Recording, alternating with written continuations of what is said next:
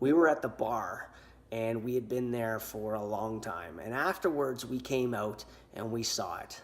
You guessed it, the street meat vendor. So street meat is the guy who sells, like the sausages, and he's there at 1:30 in the morning after you've left the bar. Well, this is back in university, and I'm not suggesting that that's a really good habit to get into, and certainly eating from that meat vendor is not a good habit for you. But that was the night that I realized, or that I learned that nitrates could be a trigger for migraines for people.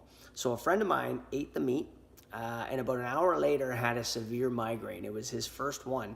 And what we figured out after the fact, and we all learned together, was that nitrates in the sausage meat, so nitrates are a preservative, they're used in all kinds of meats as a preservative, that they are a trigger. And now since that time, and as a doctor now, I've seen it hundreds of times where nitrates are a trigger for people with migraine. So it's present in ham, bacon, sausage, salami, bologna, all of these different meats are preserved with nitrates. And so that's one hidden cause or hidden trigger of migraines that you might not have known about.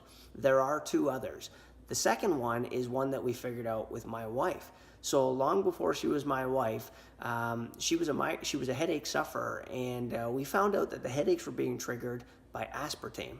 So that is a sugar replacement, or a sweetener, as you've come to know them. Aspartame is present in a lot of diet sodas, and she was drinking diet soda every day. That was her drink of choice.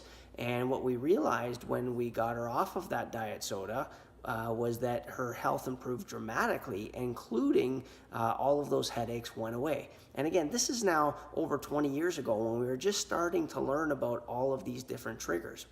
And then the third thing, and this is one that I've noticed a lot more, even in the last year with patients, is gluten. Now gluten, and I know a lot of people, there's all kinds of people going gluten-free and whatnot, and I think that's probably good for your digestive health. But for people who are gluten sensitive, in fact, the people who have a gluten intolerance, gluten is known to be a very common trigger of migraine headaches. So three things that are kind of hidden in our foods, whether it be nitrates, aspartame, and gluten, are three things that can potentially be a trigger for migraines, and three things that you should look for in the foods that you eat if you're a migraine sufferer. Hope you find this helpful. Thank you.